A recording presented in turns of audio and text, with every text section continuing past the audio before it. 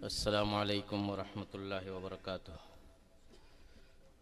الحمد للہ نحمده ونستعینه ونستغفره ونعوذ باللہ من شرور انفسنا وسیئات اعمالنا من يهده الله فلا مضل له ومن يضلله فلا هادي له واشهد ان لا اله الا الله وحده لا شريك له واشهد ان محمدا عبده ورسوله اما بعد۔ محترم صدر مجلس، منتظمین اجلاس، علماء کرام اور جملہ حاضرین، موضوع ہے امر بالمعروف اور نہی عن المنکر۔ امر بالمعروف اور نہی عن المنکر یہ اس امت کی ایک شناخت، ایک پہچان ہے۔ اللہ رب العالمین نے مسلمانوں کو اس دنیا کے اندر اس لیے نہیں بھیجا تھا کہ وہ اپنے اندر صرف اصلاح کا کام کریں، خود راہ راست پر رہیں، بلکہ دوسروں کو بھی راہ راست پر لے آئیں، بھلائی کا حکم دیں، برائی سے روکیں۔ امر بالمعروف اور نہی عن المنکر یعنی ہر بھلی بات کا، ہر اچھی بات کا حکم دیں، ہر اچھی بات کو پھیلانے کی کوشش کریں اور ہر بری اور ہر غلط بات کو روکنے کی کوشش کریں، جس سے جتنا ہو سکے وہ اس فریضے کو ادا کرنے کی کوشش کریں۔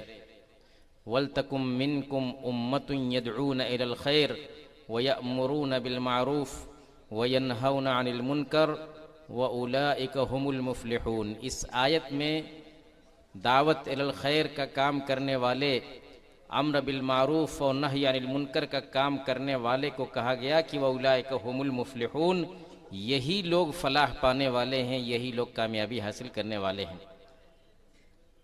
نبی اکرم جناب محمد الرسول اللہ صلی اللہ علیہ وسلم کی صفت بیان کرتے ہوئے قرآن میں کہا گیا کہ یأمرہم بالمعروف وینہاہم عن المنکر، کہ یہ وہ نبی ہیں جو لوگوں کو بھلائی کا حکم دیتے ہیں اور برائی سے روکتے ہیں۔ عام مسلمانوں کے بارے میں کہا گیا کہ والمؤمنون والمؤمنات بعضهم اولیاء بعض یأمرون بالمعروف وینہون عن المنکر۔ تو یہ ہماری شناخت، یہ ہماری پہچان ہے اور یہ ہمارا فریضہ ہے کہ ہم اپنی آنکھیں کھلی رکھیں، سماج میں جو برائیاں ہمارے سامنے آئیں ان برائیوں کو وقت رہتے ختم کرنے کی کوشش کریں، جو اچھائیاں دبی جا رہی ہیں، جو اچھے کام ہمارے بیچ سے ختم ہوتے جا رہے ہیں، ان کو ہم دوبارہ زندہ کریں، ان کو فروغ دینے کی کوشش کریں۔ میرے بھائیوں، پورا دین جو ہے معروف و منکر ہی تو ہے۔ دین میں کچھ اچھائیاں ہیں جن کو کرنے کا حکم دیا گیا ہے، اچھے کام ہیں، وہ سارے کام جن کو ہماری شریعت میں کرنے کا حکم دیا گیا ہے وہ سب کے سب معروف ہیں۔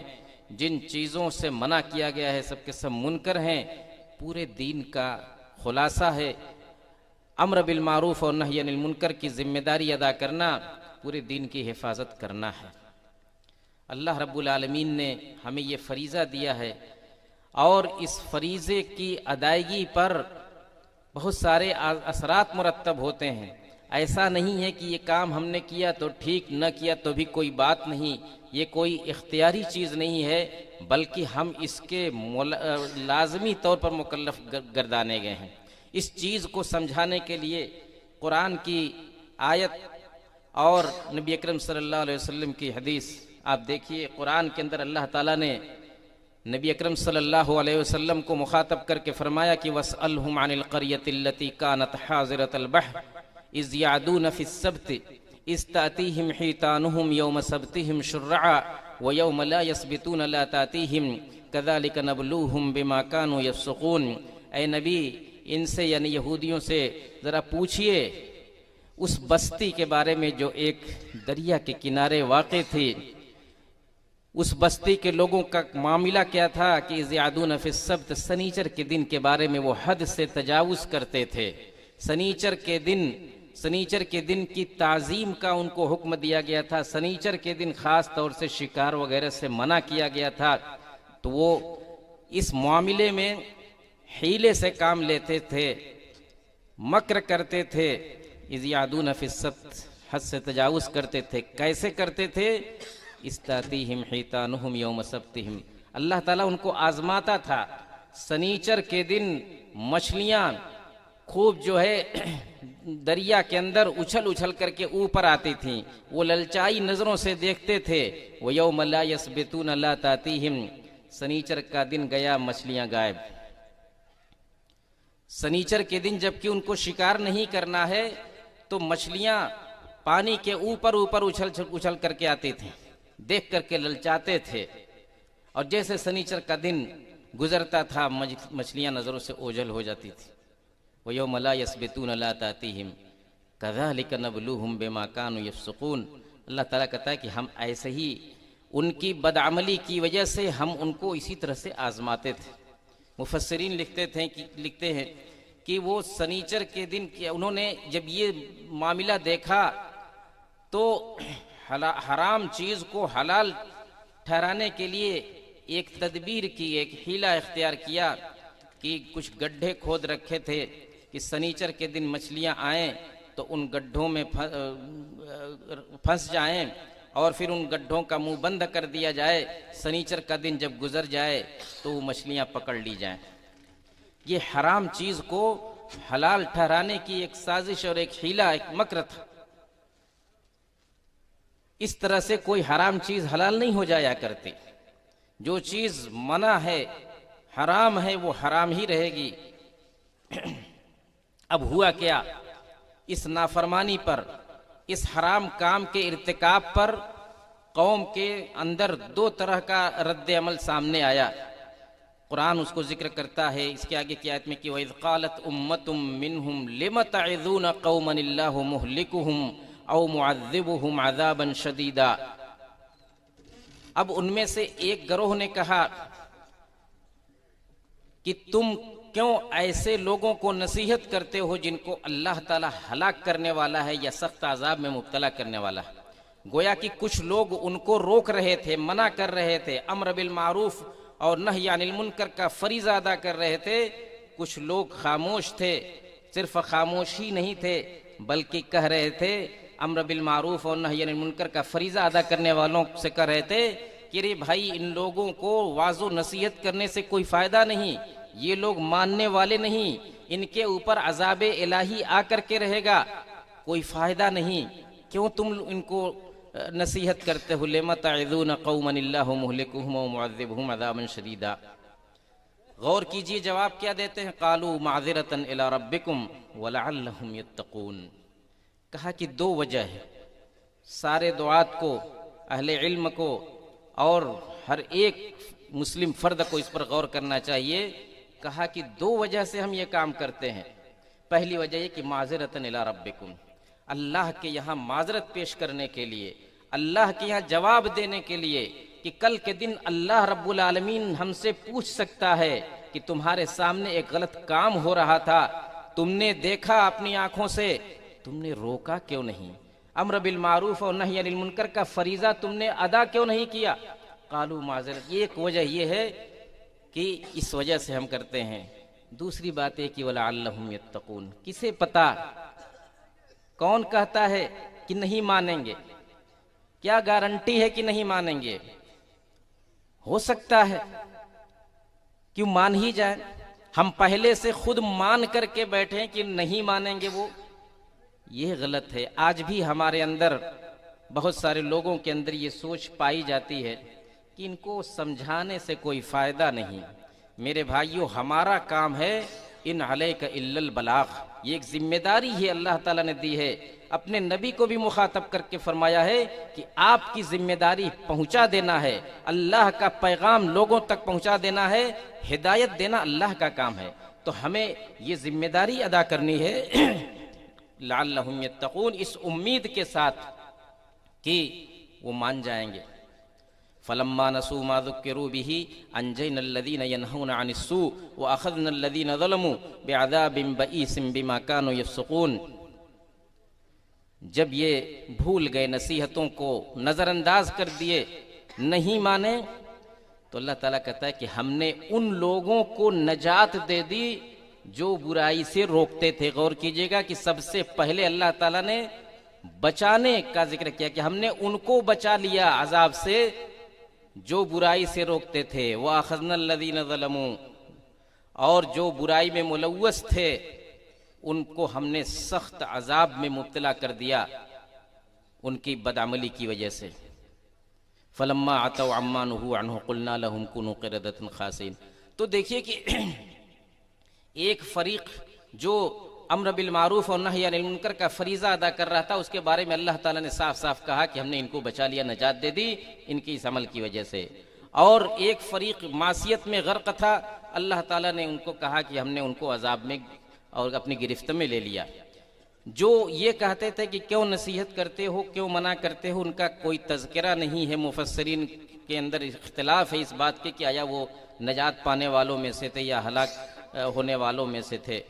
بہرحال تو ان آیتوں کے ذریعے اللہ رب العالمین نے ہم کو متنبہ کیا ہے کہ ہم اپنی زندگی کے اندر اور ہم اپنے سماج کے اندر دیکھتے رہیں کہ کوئی فرد، کوئی جماعت، کوئی گروہ کسی برائی میں اگر ملوث ہے تو ہم ایک تو یہ ہے کہ اللہ کے سامنے جواب دینے کے لیے، اور دوسری یہ ہے کہ امر بالمعروف اور نہی عن المنکر کا فریضہ اس امید سے ادا کرنے کے لیے کہ ہو نہ ہو کیوں نہ اللہ تعالیٰ ہمارے ذریعے ہدایت دے سکتا ہے۔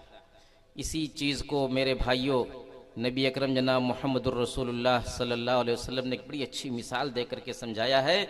کہا کہ سماج کی مثال اور سماج میں امر بالمعروف اور نہی عن المنکر کا کام کرنے والے اور برائیوں میں ملوث رہنے والوں کی مثال کہا کہ مثل القائم علی حدود اللہ والواقع فیہا کمثل قوم استہموا علی سفینۃ فصار بعضهم اعلاها وبعضهم اسفلها، کہ اللہ کی حدود پر قائم رہنے والے یعنی اصلاح کا فریضہ انجام دینے والے اور برائیوں میں ملوث رہنے والوں کی مثال کیسی ہے؟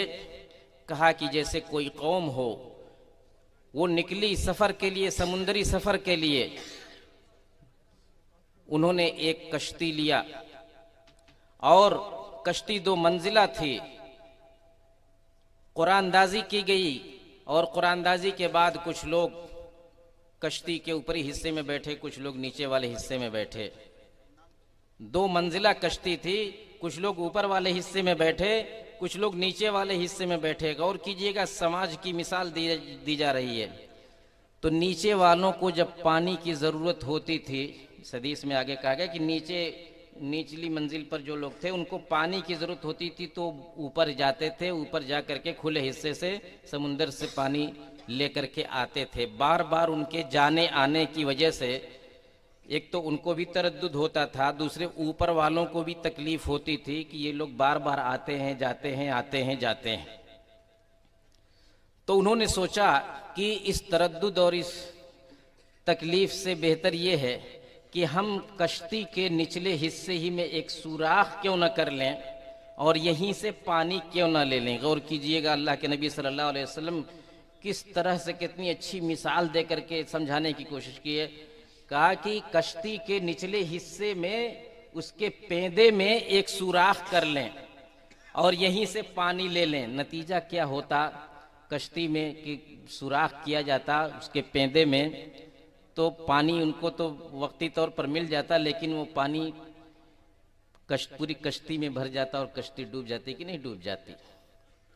اب آپ نے فرمایا کہ فَإِنْ أَخَذُوا عَلَىٰ أَيْدِيهِمْ فَإِنْ تَرَكُوهُمْ وَمَا أَرَادُوا هَلَكُوا جَمِيعًا، اگر اوپر والے اور سب لوگ ان کو چھوڑ دیں کہ یہ جیسے چاہیں کریں، یعنی کشتی کے پیندے میں سوراخ کرنے کے لیے ان کو چھوڑ دیں تو سب کے سب لوگ ہلاک ہو جائیں گے کہ نہیں ہلاک ہو جائیں گے۔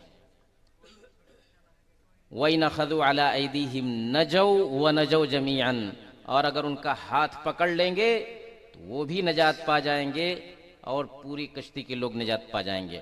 یہ مثال ہے میرے بھائیوں ایک انسانی سماج کے اندر اگر کچھ لوگ غلط کام کرنے جا رہے ہیں یا کر رہے ہیں تو ہم یہ نہ سوچیں کہ ہم سے کیا مطلب، ہم سے کیا لینا دینا ہے اس کا، نہیں، یہ ایک ایسی چیز ہے کہ دھیرے دھیرے وہ ہم تک یہ گناہ، ہم تک یہ برائی ہم تک پہنچ کر کے رہے گی، اور دوسرے تو جائیں گے ہی، ہم کو بھی یہ برائی اپنی چپیٹ میں لے لے گی، پورا معاشرہ پورا سماج تباہ ہو کر کے رہ جائے گا۔ تو یہ زندگی یہ ایک کشتی ہے، کشتی کے اندر انسان لوگ سوار ہوتے ہیں تو کتنے محتاط رہتے ہیں اور کس قدر لرزاں و ترساں رہتے ہیں کہ نہ معلوم اس کشتی کا کیا حشر ہو، کب کوئی طوفان اٹھ جائے، کب کیا ہو جائے اور ہم دوسری طرف ساحل تک پہنچ پائیں کہ نہ پہنچ پائیں۔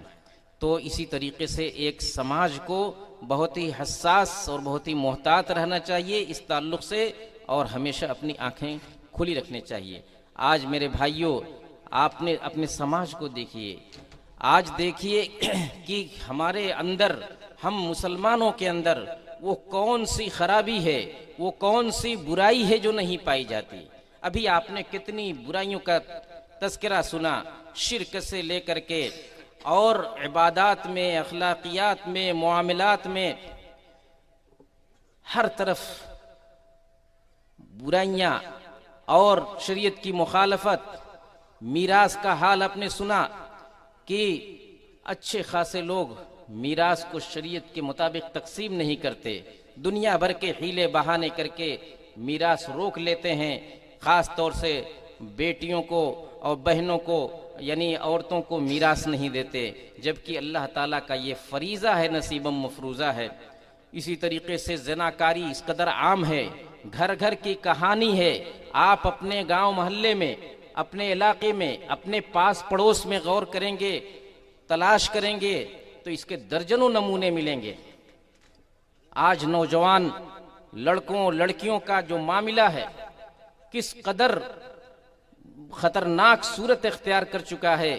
ہماری مسلم بچیاں غیروں کے ساتھ جا کر کے وہ اپنا دین و ایمان بھی برباد کرتی ہیں اور اپنی عفت و عصمت بھی تار کراتی ہیں۔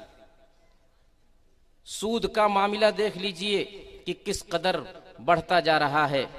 اس طریقے سے ہمارے اندر، ہمارے معاشرے کے اندر، ہمارے پاس پڑوس میں کتنی برائیاں پھیل رہی ہیں، لیکن ہم ہیں کہ خاموش ہیں۔ فلاں کر رہا ہے، اگر کچھ کہیں گے تو ناراض ہو جائے گا، اگر روکنے کی کوشش کریں گے تو وہ یہ ہو جائے گا اور ایسا ہو جائے گا۔ اللہ کے نبی جناب محمد الرسول اللہ صلی اللہ علیہ وسلم فرماتے ہیں کہ ما من قوم يعمل فيهم بالمعاصي وهم يقدرون ان يغيروا ثم لا يغيروا اوشك ان يعمهم الله بعقاب، کہ جب کسی قوم کے اندر گناہیں بڑھتی ہیں، معصیت کا ارتکاب کیا جاتا ہے اور لوگ اس معصیت کو روکنے پر قدرت رکھنے کے باوجود نہیں روکتے، تو اوشک ان یعمہم اللہ بعقاب، قریب ہوتا ہے کہ اللہ تعالیٰ ان کو ایک عمومی عذاب میں مبتلا کر لے۔ میرے بھائیوں، ہم اپنے ملک کے اندر، اپنے وطن عزیز کے اندر جن حالات سے دوچار ہیں اور جیسے جیسے ہماری زندگی تنگ کی جا رہی ہے اور جس طریقے سے ہمارے سامنے روز نئے نئے مسائل کھڑے کیے جا رہے ہیں، یہ عمومی عذاب نہیں اللہ تعالیٰ کا تو اور کیا ہے؟ یہ اللہ کی سزا نہیں ہے تو اور کیا ہے؟ اگر اب بھی ہماری آنکھیں نہیں کھلتی ہیں تو کس دن کا ہمیں انتظار ہے؟ میرے بھائیوں، اللہ رب العالمین کہ یہاں ہم میں سے ہر فرد کو جواب دینا ہے۔ ہمیں اپنی حفاظت کے لیے، اپنے دین کی حفاظت کے لیے ان چیزوں پر غور کرنا ہوگا۔ آخری بات جو میں آپ حضرات کے سامنے رکھنا چاہتا ہوں، نبی اکرم صلی اللہ علیہ وسلم سے ایک مرتبہ پوچھا گیا، انہلک وفینا الصالحون، اے اللہ کے نبی، کیا نیک لوگوں کے رہتے ہوئے بھی ہم ہلاک ہو سکتے ہیں، برباد ہو سکتے ہیں؟ ہمارے اندر صالح لوگ موجود ہوں گے، اس کے باوجود ہمارے اوپر بربادی آئے گی، ہلاکت آئے گی؟ کیا ایسا ہو سکتا ہے؟ آپ نے کیا جواب دیا تھا؟ قال نعم اذا کثر الخبث، بالکل ہلاک ہو جاؤ گے۔ کب؟ جب برائی عام ہو جائے گی، برائی عام ہو جائے گی، نیک لوگ صرف اپنے دائرے میں رہیں گے، وہ صرف صالح رہیں گے، مصلح نہیں رہیں گے۔ اگر مصلح رہتے تو برائی عام نہیں ہوتی۔ یہ ایک وارننگ ہے میرے بھائیوں، یہ ایک تنبیہ ہے، اور ہم جن حالات سے گزر رہے ہیں اپنے اس وطن عزیز کے اندر، یہ ایک الارم کی گھنٹی ہے۔ کیوں؟ دوسری طرف اللہ رب العالمین قرآن کے اندر فرماتا ہے کہ وما کان ربک لیہلک القری بظلم واہلھا مصلحون، وما کان ربک لیہلک القری بظلم واہلھا مصلحون۔ اے نبی، آپ کا رب کسی بستی کو ظلمن ہلاک نہیں کرے گا اگر اس بستی کے لوگ مصلح ہوں گے، صالح ہوں گے تو ہلاک ہو جائیں گے، لیکن مصلح ہوں گے تو اللہ تعالیٰ ان کو ہلاک نہیں کرے گا۔ یہی مصلح، یہی امر بالمعروف و نہی عن المنکر کا فریضہ ادا کرنا میرے بھائیوں ہمارے لیے، ہماری بقا کے لیے بھی ضروری ہے، ہمارے دین کے لیے ضروری ہے، ہماری شناخت کے لیے ضروری ہے۔ اگر اس سے ہم نے اعراض کیا تو یہ ہلاکت اللہ نہ کرے دیر سویر آ سکتی ہے۔ اللہ تعالیٰ ہمیں ہر طرح کے برے انجام سے محفوظ رکھے اور ہمیں اپنی ذمہ داریوں کو ادا کرنے کی توفیق عطا فرمائے۔ وصلی اللہ وسلم علی سیدنا محمد وعلی آلہ واصحابہ اجمعین، وآخر دعوانا ان الحمد للہ رب العالمین۔